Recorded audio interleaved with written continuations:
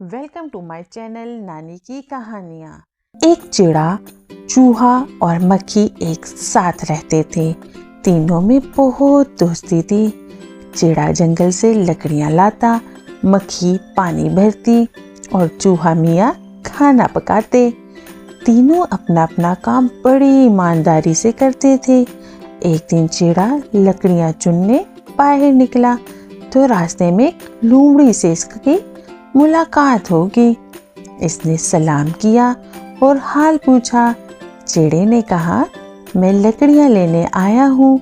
सारा दिन लकड़ियाँ जमा करके शाम को घर जाऊँगा। मक्खी आपी पानी भरती है और मेरा दोस्त चूहा खाना पकाएगा।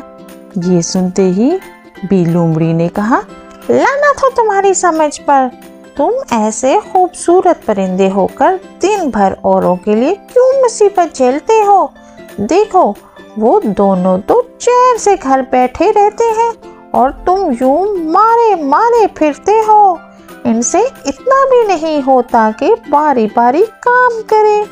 एक दिन चूहा लकड़ियां लाए, दूसरे दिन मक्खी और तीसरे दिन तुम। ये कहकर लोमड़ी तो चली गई, मगर इत्तेफाक से बने बनाए घर में नफरत का बीज बो गई। चिड़ा बेवकूफ ऐसा बिगड़ा कि इसने शाम को लकड़ियां लाकर एक तरफ फेंकी और खुद मुंह बनाकर एक कोने में पड़ा रहा। चूहे और मक्खी ने खाना पकाया।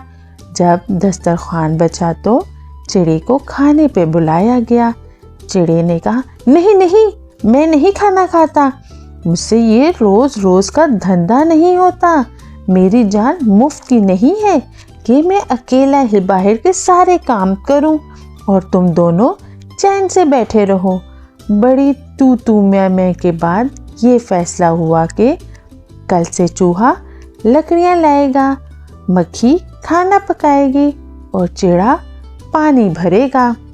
सुबह हुई तो मक्खी खाना पकाने के लिए घर रही। चिड़ा पानी भरने गया और चूहे मियाँ लकड़ियाँ लेने चले गए। मगर अभी चूहे मियाँ 10 कदम भी नहीं चले कि एक बिल्ली ने इन्हें दबोच लिया।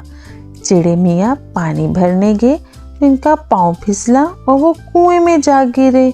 इधर मक्खी ने बची कुची लकड़ियाँ चूल्हे में रखकर आग जलाई तो एक चिंगारी उड़कर इसके पर पड़ी और वो भी जल के मर गई। यूं इनकी बेइत्तेफाकी से बसा बसाया घर तबाह हो गया।